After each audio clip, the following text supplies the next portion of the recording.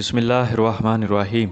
हज़रत सैयदना अबू ज़र ग़फ़ारी रदियल्लाहु तआला अन्हु ने अर्ज़ किया, या रसूल अल्लाह या हबीब अल्लाह सल्लल्लाहु अलैहि वसल्लम, मुझे कुछ नसीहत की बातें इरशाद फरमाएं। अल्लाह के प्यारे हबीब सल्लल्लाहु अलैहि वसल्लम ने उन्हें 7 नसीहतें इरशाद फरमाईं। नंबर 1, हमेशा तकवा से रहो, यानी अल्लाह से डरते रहो। नंबर 2, रोज़ाना कुरान मजीद की तिलावत करते रहो। नंबर 3, हर वक्त अल्लाह के ज़िक्र में मसरूफ़ रहो। नंबर 4, अच्छी और नेक बात कहो वरना खामोश रहो, ज़्यादा गुफ्तगू से दिल का नूर जाता रहता है। नंबर 5, कह कहा मार कर ना हंसो, इससे चेहरे का नूर जाता रहता है। नंबर 6, हमेशा अपनी बुराइयों पर नज़र रखो, दूसरों की कोताहियों पर नहीं।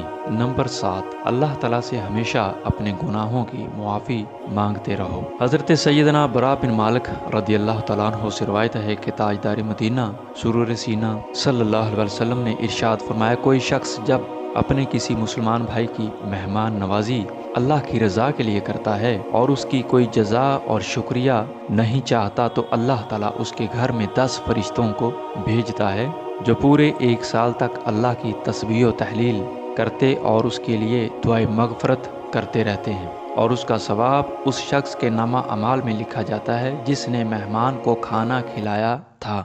अज़ीज़ दोस्तों, ये थी हमारी आज की वीडियो। मिलते हैं फिर किसी नए वीडियो के साथ। अपने दोस्त मोहम्मद शफीक को इजाज़त दीजिए। अल्लाह हाफिज़।